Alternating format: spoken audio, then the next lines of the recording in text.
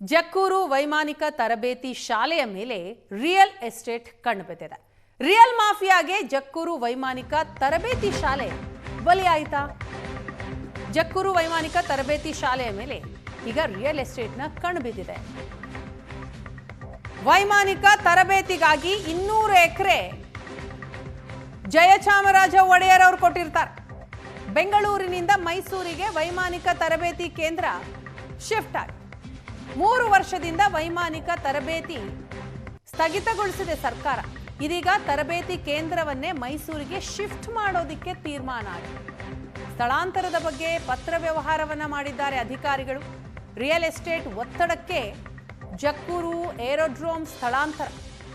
200 ಎಕರೆ ಜಾಗದ ಮೇಲೆ ಬೆಂಗಳೂರಿನ ಟಾಪ್ ಬಿಲ್ಡರ್ಸ್ ಕಣ್ಣಿದೆಯಾ?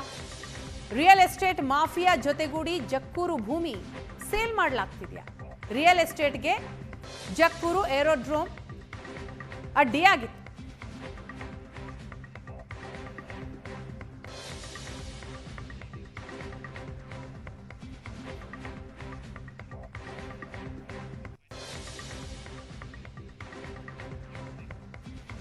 ಇನ್ನೂರು ಎಕರೆ ಭೂಮಿ ರಿಯಲ್ ಎಸ್ಟೇಟ್ ಬಳಕೆಗೆ ಪ್ರಯತ್ನ ನಡೀತಾ ಇದೆ. ಸರ್ಕಾರದ ಕ್ರಮಕ್ಕೆ ಕ್ಯಾಪ್ಟನ್ ಅರವಿಂದ್ ಶರ್ಮಾ ಬೇಸರ ವ್ಯಕ್ತಪಡಿಸಿದ್ದಾರೆ.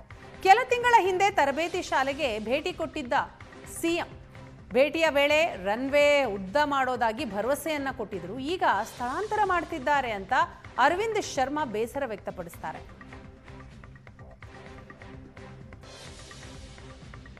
ಜಕ್ಕೂರ್ ಏರಿಯಾ 200 ಎಕರೆ ಮೇಲೆ ಇರೋದು. ಇದು ಮಹಾರಾಜ ಆಫ್ ಮೈಸೂರು ಇಂಡಿಪೆಂಡೆನ್ಸ್ ಮುಂಚೆ ಮೈಸೂರು ಸರ್ಕಾರಕ್ಕೆ ಒಂದು ತರಬೇತಿ ಕೇಂದ್ರ ಮಾಡಬೇಕಂತ ಲ್ಯಾಂಡ್ ಗ್ರಾಂಟ್ ಕೊಟ್ಟಿದ್ದರು. ಆವಾಗಿಂದ government flying training school one of the oldest schools in the country ಶುರು ಆಯಿತು. ಬಟ್ ಏನಾಗಿದೆ ಅಂದರೆ ಫ್ಲೈಯಿಂಗ್ ಮಾಡೋದು 20-30 ಮಕ್ಕಳು ವರ್ಷಕ್ಕೆ. ಅಲ್ಲಿ ರಿಯಲ್ ಎಸ್ಟೇಟ್ ಲಾಬಿಗೆ ಕಾಣಿದ್ರೆ ಈ ಜಮೀನು ತುಂಬ ದೊಡ್ಡದಾಗಿ ಕಾಣುತ್ತೆ. ಸೊ ನಾನು ನೋಡ್ತಾ ಇರೋದು 40 ವರ್ಷದಿಂದ ಯಾರ್ಯಾರು ಏನೇನೋ ಪ್ರಯತ್ನ ಪಡ್ತಾನೆ ಇರ್ತಾರೆ. ಏನಾಗಬೇಕು, ಫ್ಲೈಯಿಂಗ್ ಸ್ಕೂಲ್ ಮುಚ್ಚೋಗಬೇಕು, ಫ್ಲೈಯಿಂಗ್ ಸ್ಕೂಲ್ ಇಲ್ಲಿಂದ ಬೇರೆ ಕಡೆ ಹೋದರೆ ಆ ಲ್ಯಾಂಡ್ ಇದೆಯಲ್ಲ ರಿಯಲ್ ಎಸ್ಟೇಟ್ಗೆ ಉಪಯೋಗ ಆಗ್ಬೋದು ಅಂತ. This is the background.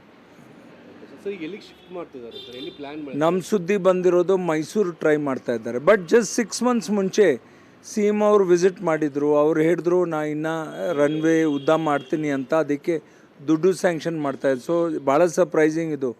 ಆಮೇಲೆ 2-3 ವರ್ಷ ಮುಂಚೆ ಅದೇ ಪ್ಲ್ಯಾನ್ ಇತ್ತು ಮೈಸೂರು. ಆವಾಗ CM ಅವ್ರು ಹೇಳಿದ್ರು ನಮ್ಮ ಕಾನ್ಸ್ಟಿಟ್ಯೂನ್ಸಿ ಬೇಡ, ಅಲ್ಲೇ ಇರಲಿ ಅಂತ. ಅದಕ್ಕೆ ಅಲ್ಲಿ ಬದ್ಕೊಂಡಿತ್ತು.